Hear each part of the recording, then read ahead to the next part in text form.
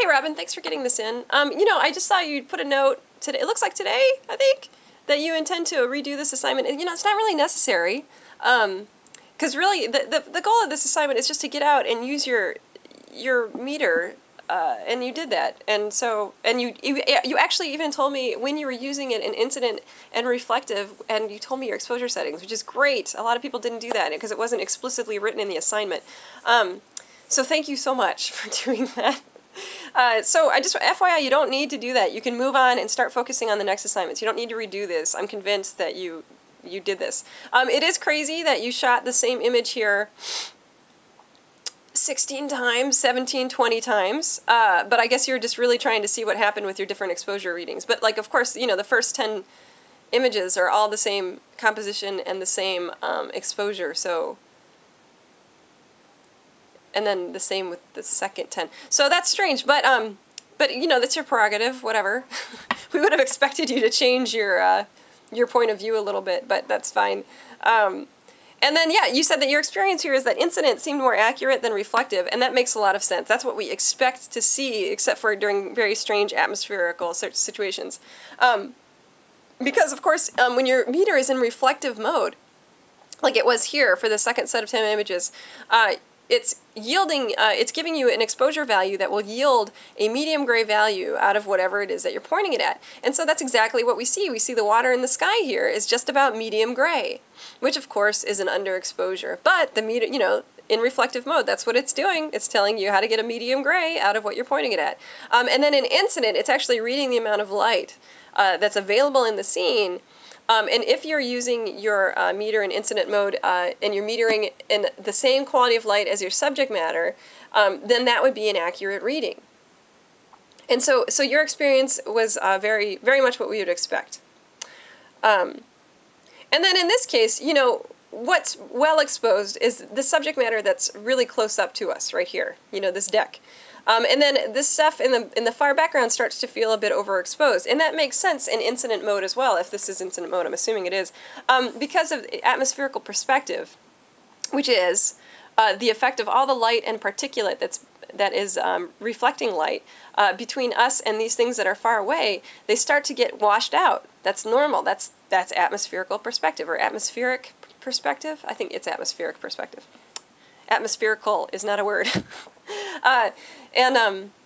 So that makes sense. So here, where the subject matter is close to us, there isn't as much particulate between us and the subject matter, so there's not as much reflected light. But the further back we go, the more particulate there is, the more little bits of reflected and scattered light we have all over the place, so it starts to become overexposed. Two ways to eliminate this, if you want the whole image to have a good exposure all the way through, is to add a polarizing filter to your lens and then an additional UV filter on top of that. And you'll have to do a little bit of exposure compensation for this, but that will clean out a lot of this scattered light that you get as the further back into the image that you go. And then this would seem like incident again. Our subject matter is properly exposed. Yeah, you said what was accurate. You lost detail in the water, but that's because the water is reflecting so much light back up into the sky that it's just very bright. Same here.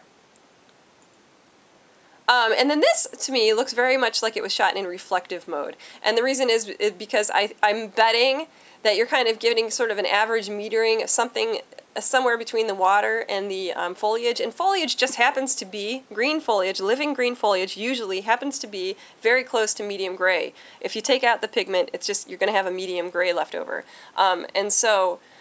Or something maybe a little bit even brighter than medium gray, and it's deceiving because it seems dark to us, but that's because foliage reflects a lot of UV, and UV is ultraviolet and infrared light that we can't actually see, so it's actually a little bit brighter. Green foliage, green living foliage is a little bit brighter in local value to a camera than it is to our eyes, because we can't see UV or infrared on the dynamic light spectrum, but the camera can, and it meters that stuff, right? So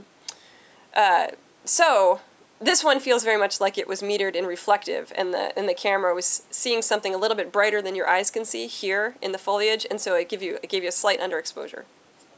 I love the movement of this. Really nice composition here. I really enjoy this. This is a little thin for me compositionally, just seeing that little bit of the roof. I probably would have liked to have seen a little bit more so it's not so confusing. However, I'm really enjoying the play of these lines. These perpendicular lines with this blowing windsock right there. Really nice. A lot of you guys seem to live by beautiful bodies of water. This composition I find very awkward, and I'll tell you why. Is one, I don't know what this is, and I have no way to identify it. I am not a seafaring person. I don't live anywhere near water. I don't know what that is. Psh, I have no idea. Somebody else might. And then also, it's not level. We expect bodies of water to be more or less level, and I can tell here that the camera is at a steep angle because of the horizon, this thin, awkward, tangent angle sliver of horizon that gets chopped off right there. That's a little strange. So you can imagine that a tighter crop might have been more interesting. It would have given us a rather empty scene. However, we wouldn't have to deal with that awkward compositional device up there then. I think this is actually a really beautiful image. I like this a lot. I think this is lovely. And then am I back to that same first image? No, this is a further away. Same subject matter as your last image, but a little bit further away. And then your contact sheets. Okay, so, yeah, you don't need to redo this. It's okay. You can move on and try and do a better job on the next assignment, okay? Thanks, Robin.